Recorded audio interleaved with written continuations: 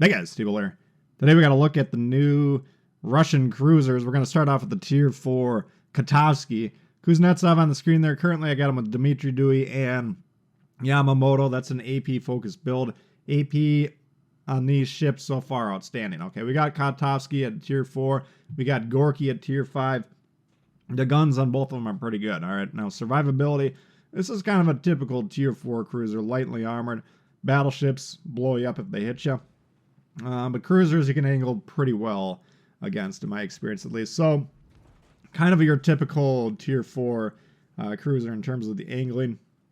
Once you get this thing set up with the hull, the rudder, and all that stuff, then the maneuverability becomes pretty good. But the guns, as you'll see here, are quite punchy on this ship. The other one we got, the Tier 5 Gorky. Guns pretty good on that one. Now, these are 152s, which is the same caliber that they use on the Kuznetsov and the Chop I have. Or the Kutuzov, whatever it's called. Those Tier 7 ships, a lot of the light Russian cruisers, 152s. 180s on the Gorky and the Tallinn, which is the Tier 6. I don't have that one yet. But those are the same calibers that you'd see on like the Kiev, some of those punchier Russian cruisers. And then at Tier 7, whatever the name of that ship is, we're actually going to get 220s, I believe, on that. So interesting to see how those guns perform, but those are bigger than the typical 203s that you'd see on like the Americans and some of those other heavy cruisers that we've typically encountered so far. So looking forward to trying out that one. But so far, once again, the guns on these seem to be quite good. AP performance is outstanding at any distance. We do have it enhanced on the build, of course, but I suspect it's going to be that way regardless of the build. But since that's one of the ship's main strength, that's the build we're going with so far. As I get up to the Tier 6, Tier 7, then we're probably going to break down multiple cruiser build. There's also a Halloween commander for Russian cruisers coming out that I'm keeping my powder dry on that before I fully commit to doing some builds here, because I want to see what that commander is capable of. Anyway, here on Ring here, capture the base mode. We're playing a typical position for me. Now it's in the base. Typically we kind of roll our eyes on sitting in the base the whole game. But not that we're going to do that the whole game, but this is a strong position for battleships and cruisers, because basically how Ring plays out is the ships, you know, the Reds, they start off in the northeast, and then they emanate to the northwest of the map and the southeast of the map. Whereas Blue, we start off in the southwest, and they go, you know, to the northwest and the southeast. So if you play in this area, and you're Johnny on the spot, looking on the map, looking for opportunities, you can get a lot of good broadside shots here, because the ships are going to be deploying basically where you can see they're deploying here. That's the typical deployment, and we can tickle them in the broadside all game long. So, very profitable location. And a lot of these islands here, even though there's a lot of island cover, they're low enough that you can generally shoot over here. Königsberg over there, we've been taking some shots on him. Want to take him off the board. Now, is the Kotovsky going to dethrone the Kutuzov, or not the Kutuzov, the Königsberg? No, I don't think so. The Königsberg has elite firing angles, especially off the right-hand side of the ship. The AP is outstanding. This ship is, you know, gun performance-wise, though, it's almost as good. You know, obviously the firing angles aren't as good, but the ability to shred is definitely there. I just think the Königsberg, you know, with the total package, still is going to be reigning supreme. But Kotovsky, certainly one of the better Tier 4 cruisers. And Kirov's pretty dang good in its own right, too. So these Russian Tier 4 cruisers are always pretty punchy, pretty powerful. And, you know, definitely worth checking out, at least. If you're into some of these lower tier cruisers, we'll see how the line continues to perform. You also note we do have the radio locator on this build. Now, you can get this on, I think, both Russians. For sure, Kuznetsov. But I believe Makarov. And then I believe, you know, there's a couple other commanders. I know Einstein has the option for the Americans, one of the Halloween commanders. Haven't historically used that on the Russians, just because I tend to use the previous line of Russian cruisers more at range, and so I never was really, you know, it wasn't as likely to be coming up as useful here, but trying it out on this build, we'll see how it goes.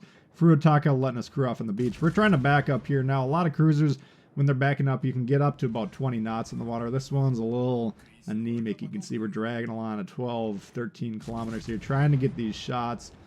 This kind of dictates how well you can play these islands, how good the backup speed is. Like the Americans, for instance, which are kind of prototypical island huggers, usually have outstanding backing up speed as well as going forward. So you always got to keep that in mind. Other things to consider with cruisers, where do we want to position them? Gun trajectory, the shell trajectory. These shells, like a lot of the Russians, up and down the, it doesn't matter what class of ship, and up and down the tiers, usually very high velocity, kind of low arc shots. You can see they don't fly very high up in the air like a lot of shells do, but they get it right down range on target. And that means if we're going to try and utilize islands, we can still do it, but we've got to be further away from the island in order to play it right. And the further away from the island you're forced to play, the more likely they are to get spotted, and the more on your toes you got to be playing. So Kotovsky, not as bad as the Gorky in terms of survivability. The Gorky I've only played about 4 or 5 games with so far, but that ship I'm finding susceptible to be blown up with ease, okay? And, it just increases, or changes how you got to play it, I guess. I think it personally makes it a little bit harder to play. Like if you have a Baltimore, for instance, even though the shells still punch very hard, you can kind of lob them up and over the islands a little bit, allowing you to protect yourself. Izzy coming in here now, he's probably, I think he's actually getting spotted by the plane there looking on the map, but he's escorting the battleship down there. Like to get some shots on him, and this is what we're talking about with these Russian guns, even though, this would be kind of a difficult shot for, like, let's say you're in the Cleveland or something like that, where your shells take a long time to get down range. Here, we got quick time to target, and we're actually able to hit the thing a little bit, down range, even though it's a very low tier destroyer, which means it's a very small target and it's quite a distance away. Might as well take the shot. We want to try and set this thing on fire, though, this Bella Thorn or whatever it's called. And that's this new ship that you're getting out of the Halloween event. Because ideally, we want to be generating this damage passively, and then it would be nice if we spot that destroyer again and take him out, but more reliable for us to start some fires here, get that damage going here, because he's fighting our Bell, who's actually doing a pretty good job. He's willingly moving forward, trying to engage this guy, and that's allowing us to survive, because most players, especially at lower tiers, are going to want to target the ships that are closer to us, or closer to them. It's just easier to hit, easier to do damage, so on and so forth. So that's kind of the psychology.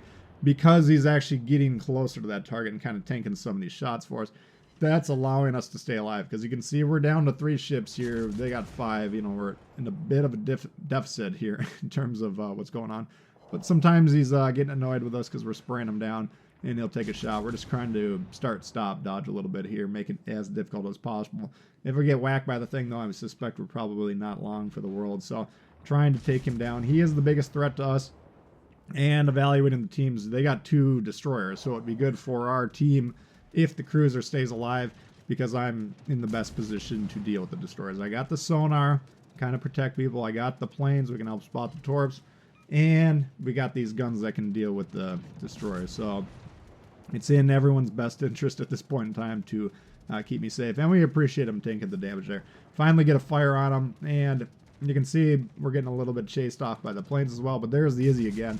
And as soon as he pops back up, we're going to try and take him off. He's going to be trying to get close to the battleship and then nuke him point-blank range in a suicide rush, of course. It's typical destroyer play. And the Russians, most of their destroyers don't have very long-range torps that can be launched from stealth. So that's kind of the play they're forced to make anyways. Hoping to get the double here, because we had a fire on the Bell and the Izzy we whacked there, but we didn't actually get either of them in that sequence. But we will go ahead and get this destroyer right there with that shot. Once it hits, and boom, he goes down. Up to 3 kills here, 60k damage, so we've over doubled our ship's HP in damage. That's always a good sign. That means we're having a bigger impact on the enemy team than they're having on ours. If they kill my ship, our team HP goes down by 25,700, and any damage that I've done to their team, in this case 60k, that outweighs that. So at this point in time, we've already paid our way by matching our ship's HP and damage, and now we're actually increasing it here as the match goes on. Utsuki pops up here, immediately drops the smoke. He's trying to get some torps off and then get out of this. We're going to notice the Gus over here. Check his health. See, he's very low. He's only got a couple thousand. Each bar on that health bar is 5,000 health, if you don't know that. So we see is very low and take him out there. That removes a pair of guns. The ability of the enemy team to do damage every so often on reload is reduced because those guns no longer exist. And now it's down to the destroyer and the carrier on the enemy team versus our battleship, cruiser, and carrier. Our carrier is way in the back, which is good for us in this case because he's worth 110 point swing, right? We always talk about battleships. That's the easiest one to remember.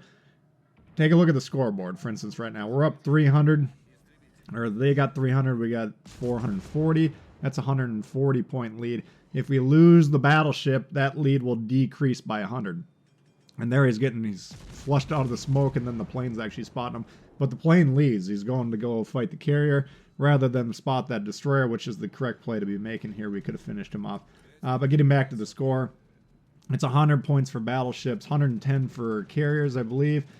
Cruisers, 85. So we'll see once this battleship goes down what our lead is. And that'll inform us how carefully we got to be playing, right?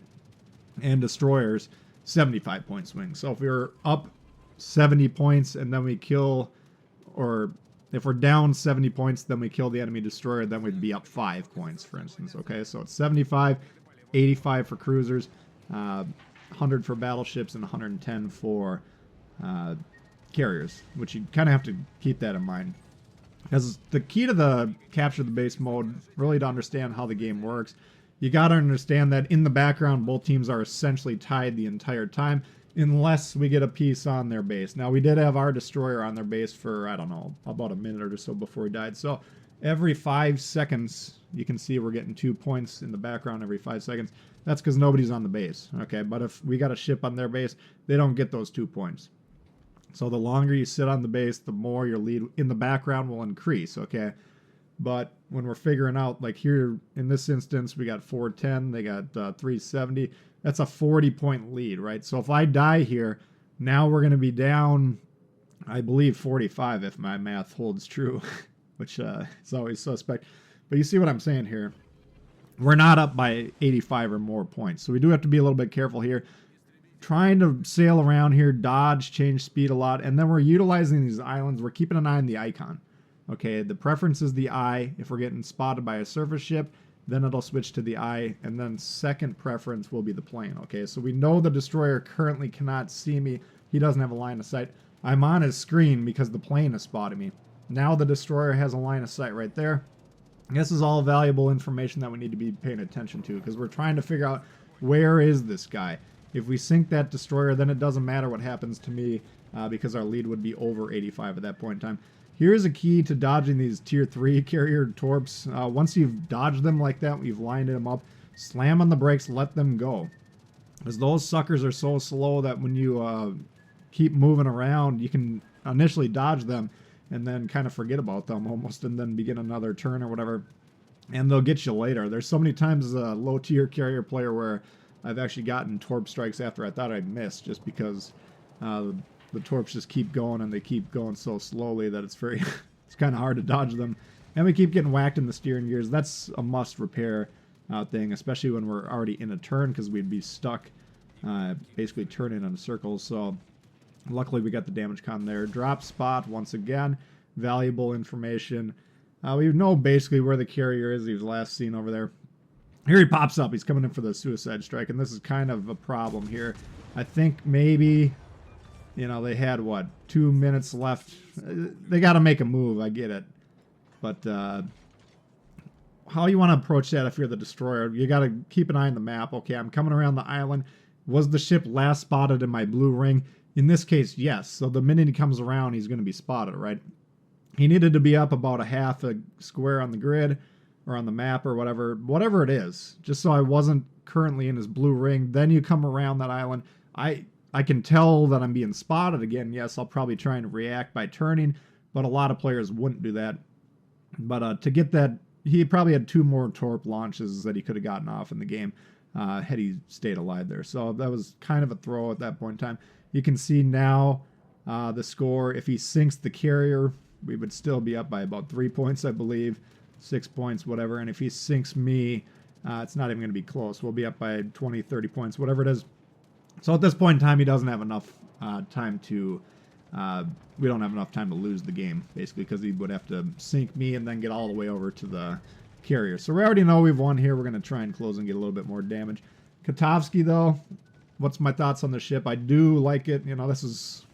We got 5 kills here, whatever it was. Not a huge damage game, but you can definitely pump out the damage in this one. If you like good ripping AP like I do, this is a good ship for it. You know, if you get those broadside cruisers, get the AP in there, rip them to shreds, teach them a lesson they'll never forget. Battleships, if you're paying attention to our shot results here, broadside or not, I'm not really getting that much damage. If you hit the superstructure, you might get some overpen damage or whatever, but against battleships, I would generally recommend just shooting HE, and then destroyers, you're going to do better with the HE in general. But if you got AP loaded, shoot them with that first, and then go with the reload. You only got a 6-7 second reload or whatever it is, so you can get over to that next shell very quickly. Anyway, that's a look at the Kotovsky for you guys. Hopefully you did enjoy it. If you did, please hit the thumbs up. New to the channel, consider subscribing. Lots of content coming all the time, I suppose. Questions, comments, leave below, and we'll see y'all later. Peace.